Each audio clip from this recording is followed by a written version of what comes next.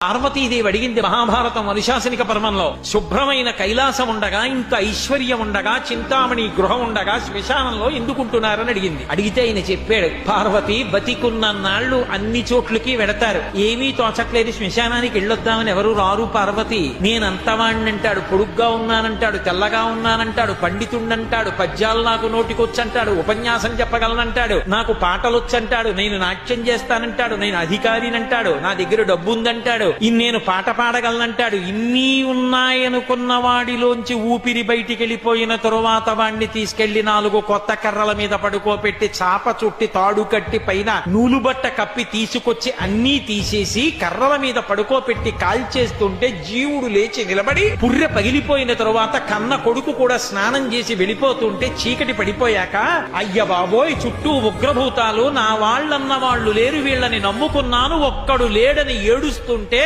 నేనున్నాను రా అని చెప్పడానికి నేను కూడా లేకపోతే చచ్చిన వాడు 1000 మాటలు చచ్చిపోతాడని అక్కడ ఉన్నాను పార్వతి.